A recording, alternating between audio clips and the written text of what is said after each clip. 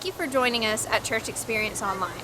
If you'd like to learn more, find out a way to get connected to our community, or help fuel the movement by giving, simply click on the link to our website in the description below.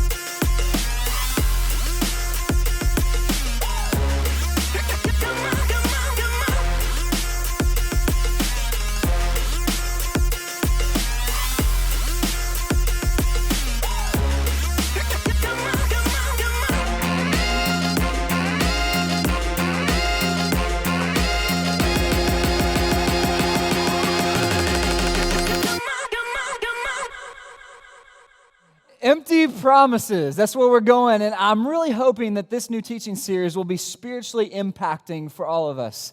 Because empty promises are something that all of us experience from time to time. We're going to begin with this idea of seduction. And seduction has so much to teach us. There's so many lessons for us to learn. And specifically today, we're going to look at two different stories in the Bible that have to do with seduction. People buying into or tempted to be buying into empty promises. We're going to look at the first one found in Proverbs chapter 7. And both of these stories happen to have something to do with sexual seduction. Now, that's a very narrow and specific topic, but there are so many other ways that we are enticed and seduced. And so I think there's some great life lessons from these stories that we can apply to a lot of different areas of our life. But let's go ahead and just dive into Proverbs chapter 7. And we're going to read a story about a guy who got it all wrong and was seduced. In Proverbs chapter 7, beginning in verse 6. It says, "At the window of my house I looked down through the lattice, and I saw among the simple. I noticed among the young men a youth who had no sense. He was going down the street near her corner, walking along in the direction of her house. At twilight, as the day was fading, and as the dark of night set in. Then out came a woman to meet him, dressed like a prostitute and with crafty intent." All right, let's hit the pause button there for a moment. This guy, he was in the wrong place, and he was there at the wrong time, and he's hanging out with the wrong kind of person. All right, this guy, it's a setup, and we're going to read a story about his fall, and it was a messy fall. But he was seduced into a bad situation because of some choices he made. A lesson in your notes, we're going to begin this way, is that wisdom avoids situations that lead to seduction. Okay, wisdom avoids situations that lead to seduction. How many of us have been grocery shopping and walking down the aisles of the grocery store when we were hungry? All right? You know what I'm talking about, right? Like you were hungry and you're like, how did all this stuff get in my car? How did the Pop-Tarts sneak in there, right? All this stuff that's not good for you. You're like, oh man, all the sugar cereals and the Little Debbies, they just leaped off into my cart. And you know, you're going to check out and because you're shopping while you're hungry, all the overpriced candies at the checkout, they look so good. It's like mouth-watering good. And it's because you're in the wrong place in a grocery store when you're hungry, and of course you're going to buy way more than you need and the wrong kind of stuff from what you need because your appetite, is working against you in that case. This young man was in the wrong neighborhood. He shouldn't have been there, and he was there at the wrong time of night. And so it's no surprise for us as we're going to read on in this story to see that him get sucked in and seduced into a bad situation and eventually have a fall. As we learn wisdom over time, we avoid situations that seduce us off the path that God has for us. So let me ask you a question. Although these stories have a very narrow and specific topic, there's a lot of different ways you could be lured right now and enticed into sin. What is it for you right now? What area in your life, because if you don't know it and it's a blind spot, then you're even more susceptible to a fall. What area in your life right now are you being tempted and drawn off course? What area are you flirting with temptation in? What area are you being potentially compromised in because you are hanging out with what could be destructive in your life. You know, there's a lot of wisdom for us in the book of Proverbs, and if you turn over a page of Proverbs chapter 5, you read this. It says, talking about an adulterous woman, it says, keep to a path far from her. Far from her. So not like close by, but not really talking to you. It says, keep to a path far from her, far away. Do not go near the door of her house, lest you give your honor to others and your dignity to one who is cruel. Lest strangers feast on your wealth and your toil enrich the house of another. At the end of your life, you will groan when your flesh and body are spent, and you will say, how I hated discipline, how my heart spurned correction. I would not obey my teachers or turn my ear to my instructors. He says to stay far away from temptation and seduction. And don't flirt with it, don't hang out with it, just stay far from it. Because listen, if you don't run from seduction now, you'll walk in regret later. The whole allure of seduction is it's a promise that it will fulfill you in some kind of way. But it's an empty promise because when you're seduced into sin, sin cannot fulfill you long term. The best it can offer you is some momentary high, some temporary satisfaction that will fade. It's an empty promise. But instead, we have to hold on to God's promises that when we walk in His way, that will actually be best for us. In Proverbs chapter 6, verse 25, we're going to get back to this story of this young man in a moment, but listen, it says about this woman again, it says, do not lust in your heart after her beauty, or let her captivate you with her eyes. Don't be drawn in. What is it these days that you're staring at? What is it that in your gaze that you've been really fixating on and been locked in on that's destructive potentially to your soul? Is there anything in your life that you've been compromising on, that you've been getting close to the edge of what could be a fall off of a cliff, and you're getting close? What is it in your life? The story of this young man in Proverbs chapter 7, it goes on, and in verse 13, he meets somebody. It says this woman, she took hold of him and she kissed him, and with a brazen face she said, today I have fulfilled my vows and I have food for my fellowship offering at home. So I've come out to meet you, and I've looked for you, and I've found you. I've covered my bed with colored linens from Egypt. I've perfumed my bed with myrrh and aloes and cinnamon. Come, let's drink deeply of love till morning. Let's enjoy ourselves with love. My husband is not at home. He has gone on a long journey. He took his purse filled with money, and he will not be home till full moon. And with persuasive words, she led him astray. She seduced him with her smooth talk. So this young man, he's in the wrong place at the wrong time. And this woman comes out, this woman who's married, right? And it's even worse. And she's seducing him to come to her house. And she's just serving it up on a plate. Man, it's going to smell good. I mean, I got these. I mean, she's just describing this ultimate scenario for this young guy and say, hey, just come on, just come with me to my house, right? It's going to be so fulfilling. And it's a seduction, but this seduction's not new. And it's not new in your life either, right? You're familiar with it, and it's been around for all of us since the beginning of time. Adam and Eve in the Garden of Eden, God created this paradise. He placed the first man and woman in it, and He gave them, one instruction to obey Him in this and to not take this one action. And what do you know? The devil comes along and he seduces them through the temptation of a serpent. And he says, hey, why don't you eat of this one thing that God said don't eat of, and just do the one thing that God said don't do this, and then you'll find greater fulfillment.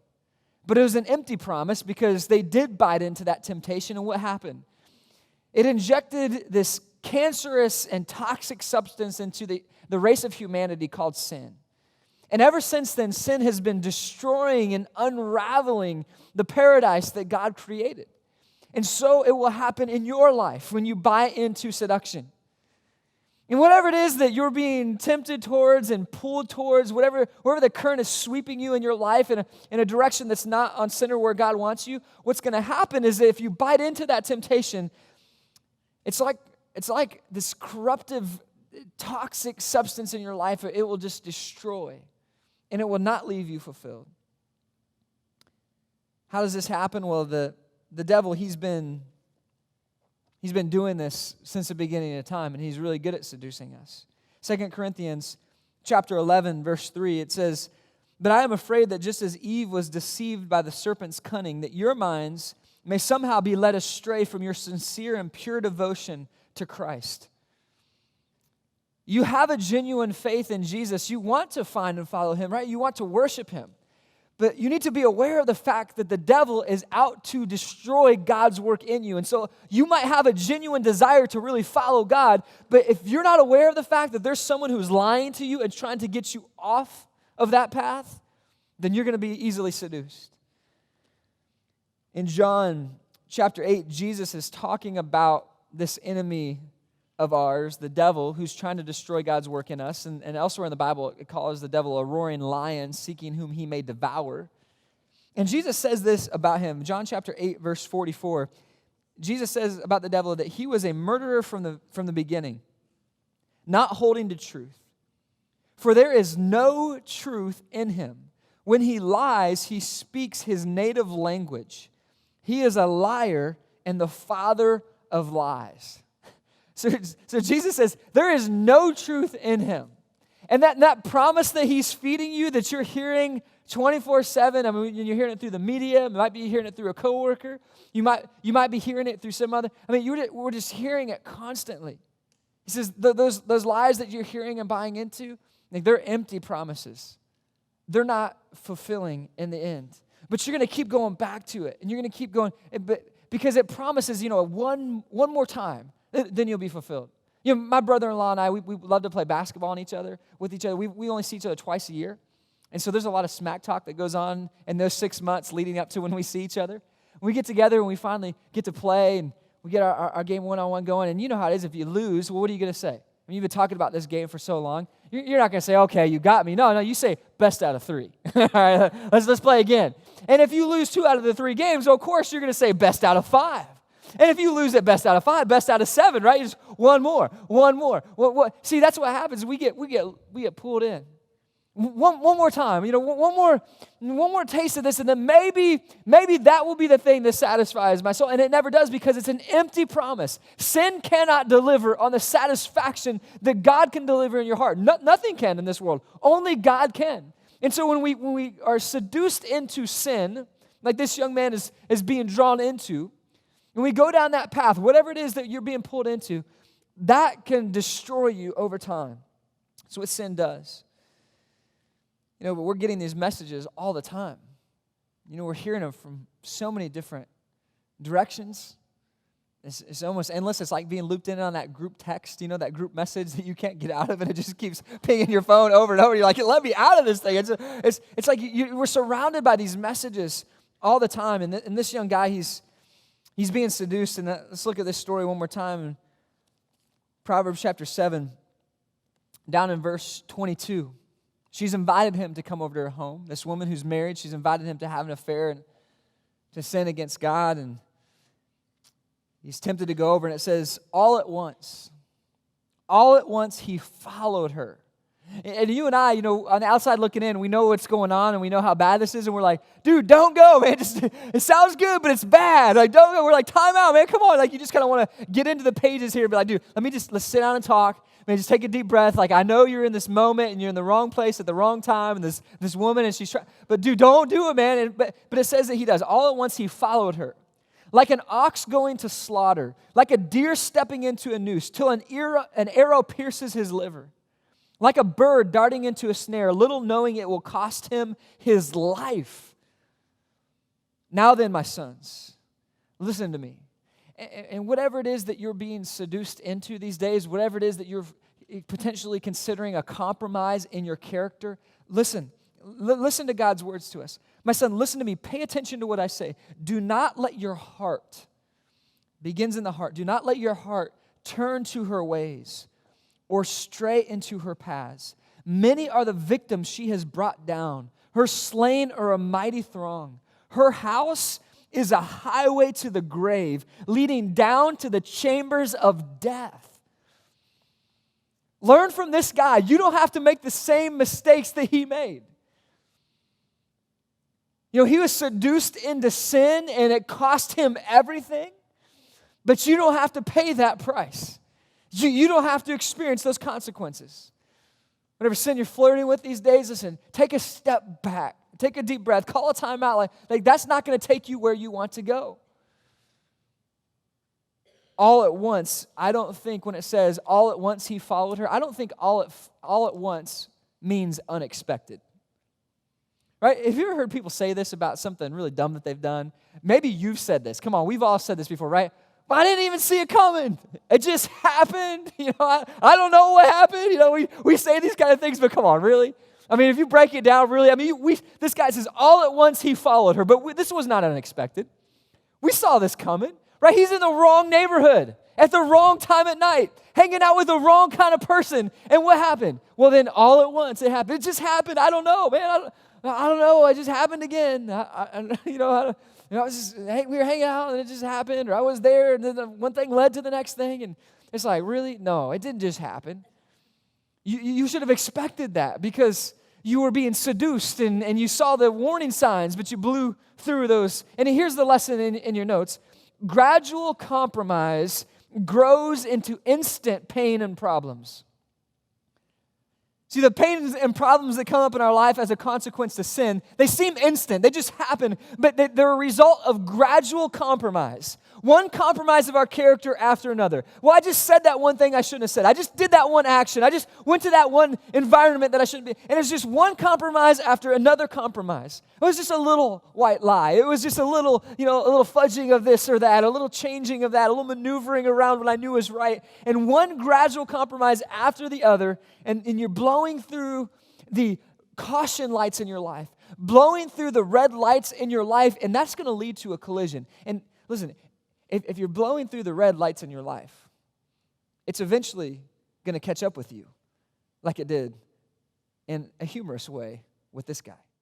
911, what's your emergency? Daddy went past a red light. Yeah? My daddy went past a red light. He has a black truck, and he was in the brand new car, my mommy's car. Yeah? And then And what happened? And then he had to go to the car wash, and then he went past the red light. He did? Mm-hmm. Is he home right now? Yeah. Can I talk to him? Yeah. Somebody just called. Okay. Hello? Hello? Hi, Quincy Police. Oh, no, I'm just going to apologize. That's my 5-year-old son. Just want to let us know you ran a red light. Oh, no. I apologize. No problem, as long as everything's all set. Yeah, no, we're good. Thank you. All right, have a good night. Sorry again. Nobody's going to find out, right? Yeah. No, there's eyes on you and there's watching. Listen, God's eyes are on us all the time. You know, and if you're blowing through the caution lights in your life, if you're blowing through the warning signs and the red lights, eventually it's going to catch up with you. This guy, can you picture the scenario, right? His 5-year-old, and makes the call to 911, and he's thinking, I got away with it. No, you didn't get away with it, man. You got busted by your kid, The police department, they said that no tickets were issued, but they were happy to know that this young guy knew who to call if something was wrong. If you're blowing through those checks in your spirit that the Holy Spirit is convicting you of, that feeling that I probably shouldn't be here, I probably shouldn't do that, I probably shouldn't be in this situation or say these things. That's the Holy Spirit speaking to you. You feel that conviction inside, and if you're blowing through those warnings He's given you, then don't be surprised if you collide into the consequences of sin. In Proverbs chapter 6, verse 27, it says, Can a man scoop fire into his lap without his clothes being burned? Can a man walk on hot coals without his feet being scorched? It's a good question if you think about it. It really is. If you think about it, can you scoop fire into your lap and not let it burn you? Can you play with fire? Can a man walk on hot coals and not have his feet be burned?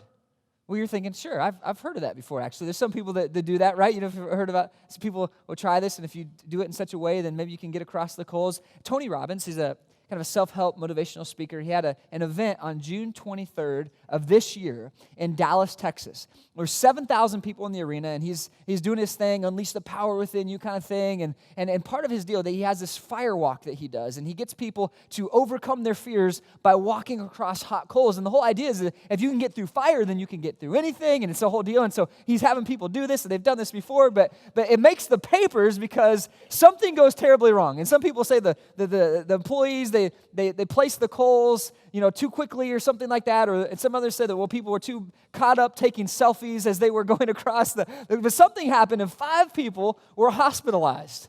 30 to 40 other people were treated on site for burns on their feet, walking across the hot coals. And the papers, the news made it up like it was some big deal, like something went wrong. And I'm thinking, yeah, they're playing with fire. Like eventually someone was going to get burned, right? I mean, it's not a surprise. I'm not really surprised that happened. It makes sense to me that if you play, it says, the Bible says, can you scoop fire into your lap and not be burned? Some of you are like, well, I should try that. I bet you there's a way. Well, eventually you're going to get burned, right? Because if you play with fire, you're going to get burned. And sin, it's toxic, and if you get around it and you bring it into your life, eventually it's going to burn you. Eventually it's going to have a consequence because sin destroys, it kills. And, in Romans chapter 8, it says that because God, he subjected creation to frustration. Because, listen, the sin that we brought into his paradise, he subjected creation to frustration. And a great author and theologian of our time, Pastor John Piper, he said that every bad thing that happens in our world is a parable of what sin costs us. Every horrible disaster that happens, it's a parable of what sin did to our world, what sin does, it destroys. Every disease and cancer, every bad thing, it's a parable of what sin does, it destroys. And because, see, listen, when sin comes into our life, when it comes into our world, it destroys. It's what it does. And so if you're seduced into something that's not of God, it's not a right thing, that's going to bring destruction into your life. It's what sin ultimately does. Let's look at one more verse, and we'll move on to the second story we want to talk about today. Proverbs chapter 7, verse 25. It says, do not let your heart turn to her ways. This seductive woman, do not let your heart turn to her ways or stray into her paths. See, and elsewhere in Proverbs it says your heart is a wellspring of life. And so protect your heart, guard your heart. And so in whatever area it is that you're being tempted and you're being seduced, whatever that area might be, guard your heart. Don't stray into the path. Don't go down that direction. Guard your heart, guard your mind. That's where you win the battle. So this first story, if we could categorize the fall of this young guy of what not to do in a bad situation and how to lose. I think the second story that we're going to look at when it comes to seduction, I think the second story could be categorized is how to get out of a bad situation and win. Stories of a guy in the Bible, I love this guy, such a godly and great guy. His name's Joe. And Joseph, you might know him as Joseph, he was a favored son in his father's household. His dad had a bunch of brothers in the home, and Joe, he was the favored son. So dad really had a special place in his heart for Joseph. And you know how favoritism goes; it makes everybody else jealous. And so all these other boys, they didn't really like Joseph. And so what happened is that they so didn't like him that they played it off like he was killed. They brought home a bloody coat, this special coat that his dad gave him. They gave it to dad, and they said, hey, Dad, sorry, he's gone. And he's not really dead, actually. The truth is what happened is that they almost killed him, but instead they decided to sell him out into slavery. So they sold Joe out into slavery. They shipped him off to another country, got rid of that problem, right? And so he's gone. Dad thinks he's dead, but he's not dead. He's been sold into the house of this wealthy man, and he's a slave there. He's a servant in his home. And that was common in their culture. He's now in the land of Egypt, a very powerful superpower country of that day. And he's in the home of this wealthy man, and he's his servant. And he's there, and he's not free. He's got to do what he's got to do. But because Joe is such a godly man, Because he's such a God-honoring man, what God does is he blesses him even when he's in a bad situation.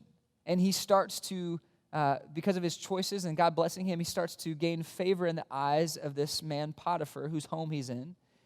And this Potiphar, this ruler who's his master in this home, he starts to entrust Joseph with his home. So much so that Joseph experienced an incredible amount of success and came to lead this man's home. Genesis chapter 39. We're going to begin in the second story in verse 6. It says, so Potiphar left everything he had in Joseph's care. With Joseph in charge, he did not concern himself with anything except the food he ate. Now Joseph was well-built and handsome. All the ladies say, hey. Come on, you know you want to. All the ladies say, hey. Come on. So this is a good-looking man, and he's well-built. I mean, he's buff. He's yoked out. I mean, this guy, he's got it going on. And it says, after a while, his master's wife, hold on. His master's wife took notice of Joseph, and she said, come to bed with me. But Joseph, but he refused. So Joseph, he's being seduced into this tempting situation, this woman who is the wife of his master. And she's tempting him to sleep with him, which is clearly wrong in God's eyes. And see, some of us in the room today, as we're talking about seduction, you're thinking, well, I don't know. You're asking me, what am I being seduced into? What am I being tempted into? I don't know if there is a thing right now. I'm actually doing good. I feel pretty successful. Maybe a good marriage, or maybe I feel good about my career or my relationship with God. I'm here. I'm in church. I'm following God. And so maybe there's some in the room that you feel good about things. And I would just say to you that success does not shield you from seduction. If anything, Joseph's success made him more vulnerable to seduction. In your notes, here's the very important lesson. We can win at success and then lose to seduction. We can win at success and then lose to seduction. So don't think that because things are going good that you don't have to worry about seduction, because it's actually when you're given great freedom that you're open to great temptation. When you have more options in life, there's more room for you to make a fall. And so when we think, well, I'm doing good, that's a time for us to look around and take survey of our life and ask, where am I weak? Where am I open? And Joseph was doing really well. And because of that success, in part, he likely was more seductive, or more seduced into temptation than had he not been. Joseph, see, he was entrusted with much. He was entrusted with much. I want to look back at 2 Corinthians chapter 2 again. And there's some things we need to know about some temptation and seduction. 2 Corinthians chapter 2, verse 11. It says, in order that Satan might not outwit us, for we are not unaware of his schemes. You know, it's really wise for you to be aware of the ways that the devil is going to try to pull you off course, to know where you're weak, to know that the areas that you need to pay special attention to. That's wisdom. And maybe you can't think of, maybe you know instantly. I'd imagine most people know what they are, but maybe you can't think of what those areas are. Let me give you 3 areas where we are prone, every one of us are prone to seduction. We're prone to being pulled into temptation and sin. One is attention. It's attention. The human heart wants to be noticed. We want to have attention. We want to matter. We don't want to just fade into oblivion and not matter, not count. We want to be noticed. And that desire, that natural desire for attention, can deceive us if someone or some group of people will give us attention in exchange for a compromise of our character. So if someone will give you attention and all you have to do is compromise your character, that seduction could be a bad trade that leads to the seduction into sin in your life. Be aware of that. That natural draw in you to want attention, to be noticed. Another one is a natural desire for affection. We all want to be loved, to feel cared for, to be valued, right? And so because we desire affection, we can very easily be conned into exchanging by some group of people or some person can get us to exchange our character and slide off God's path because we'll trade affection for being seduced into sin. You know, how many times does this happen? Well, he said he really loved me, so, I Or, they brought me into their group, and so, I thought, everyone was doing it. And, man, how many times does that happen? It's the trade of wanting affection. In the third area, if there's attention and affection, I think there's also acceptance. We want to be accepted. We want to be included. We don't want to be on the outside. We want to be on the inside. And so we can be tricked so easily by someone or some group of people that will offer us acceptance if we will just accept things that are not acceptable to God. We're responsible to do everything we can to avoid becoming captive to sin. Proverbs chapter 1, verse 10, it says, "My son, if sinful men entice you, do not give in to them." Do not give in to them. In 1 Thessalonians 5:22, it says, "Reject every kind of evil." Rejection is kind of a cold word, right? It says, "Reject every kind of evil." Do you know what rejection looks like? You ever been to a big sports game, and they did the kiss cam up on the big screen, where they zoom the camera in on someone in the crowd, and then they're expected to kiss. Have you ever seen that? Have you ever seen that gone bad? Have you ever seen a kiss cam gone bad? Check this out.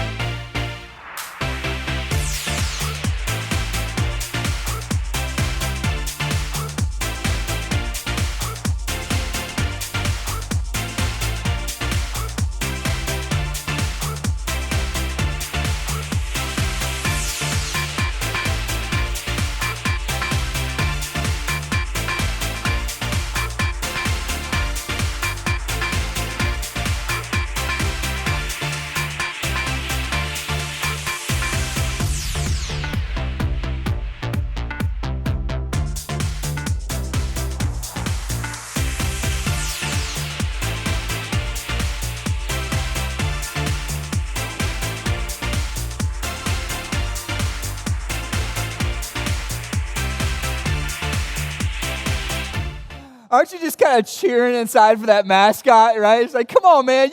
You had this girl that's wanting to kiss you. You're too busy. Really? Come on, man. Come on. But, this idea, it says in Thessalonians to reject every kind of evil. You see rejection, you're like, man, that's kind of cold to get rejected. That's what it's saying for us to do to sin. But you know what we tend to do? I don't really feel like it right now. I'll just, maybe next time, Let me think about it. Let me tally up the pros and cons and decide if I want to go that direction. When you're being seduced into sin, it says reject every kind of evil. Reject it. That's cold. That's harsh. Man, I don't roll like that. I'm not into that. I don't believe that. Not a chance. Ain't going to happen. Not on your best day, bro. It ain't going to happen. I'm going to say no every day and twice on Sundays. This ain't going to happen. You know what I'm saying? It's like that's rejection. You say, I'm not going that way. I'm not going that direction. You reject evil. You reject sin. And in Genesis 39, I want you to notice how Joseph handles the temptation, the seduction into doing something that's dishonoring to God. In Genesis chapter 39, let's jump down to verse 8. So his master's wife is seducing him. In verse 8, it says, but he refused. Man, I love that. He refused. With me in charge, he told her, my master does not concern himself with anything in the house. Everything he owns, he has entrusted to my care. No one is greater in this house than I am. My master has withheld nothing from me except you, because you are his wife.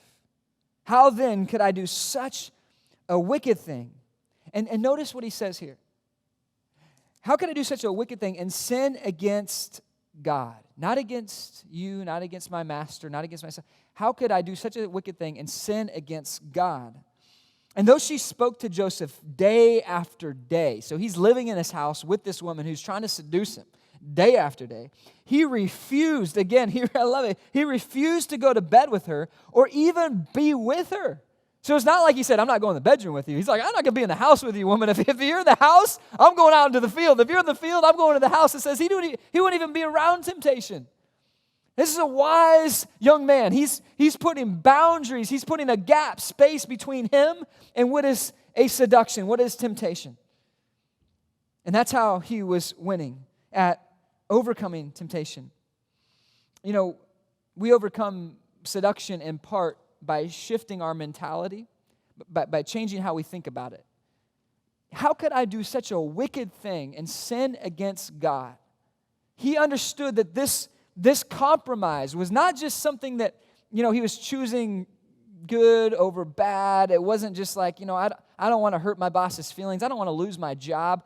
It's not about that. When you're being asked to compromise on your job and doing something that lacks integrity, it's not about your job. It's not about offending someone. It's about offending God, who says, I watch what you do, and you're accountable for your words. You're accountable for the things that you do. And it will go better for you in the end if you follow my way instead of taking the shortcut. Honor me in this. The words that come out of your mouth, honor me in this. Joseph is tempted, but he refuses to be around sin. And you know what happens? God goes on to use Joseph, if you could read in this story, in unprecedented, unbelievable ways, because God uses people who honor him. Here's how I put the lesson in your notes. God will use those who refuse sin. That's what Joseph did. He refused sin. And God will use the person who refuses sin. He uses those who refuse. And if you will hold stubbornly onto God's promises, that God will bless and honor those who honor him. If you'll just hold on to that promise, and you'll avoid the empty promise of the world that says if you just compromise, if you just chase what seems appealing in the moment, if you just avoid that empty promise and you just full on buy into and follow God's promises, it will go well for you as you honor God. He will bless you. Joseph knew God's standards. And he said, how could I sin against God? For him, it was an issue of his faith, of his character. I'm not going to do this because God's not pleased with this. He knew exactly where God stood on this issue. He knew that this woman who is married is enticing him to sleep with her. And he knew that God created this thing called marriage. It was his idea, his design. He created marriage for one man and one woman to be together as companions for life in this marriage, and that's what she had. She was in that kind of relationship with this man, his master, and so she's leaving that marriage relationship and saying, hey, let's hook up. So he knows that's wrong because he knows God's standard. Hebrews chapter 13, verse 4, marriage should be honored by all, the marriage bed kept pure, for God will judge the adulterer and all the sexually immoral. So he knew that about God. He knew God's standard, and he said, how could I do such a wicked thing and sin against God? It's God who designed this relationship, and God does not want you to break your marriage vows and break your relationship with your master to sleep with me. That would be dishonoring, and he does not want me to sleep with you because you're married. That's dishonoring, and we're not married together, so we shouldn't be having intercourse together. That's out of bounds, and so that's clearly a violation of God's standard, so it's not going to go good. It may seem fulfilling in the moment. Maybe if I just do it, maybe it'll feel good. No, the best you're going to get is a momentary high.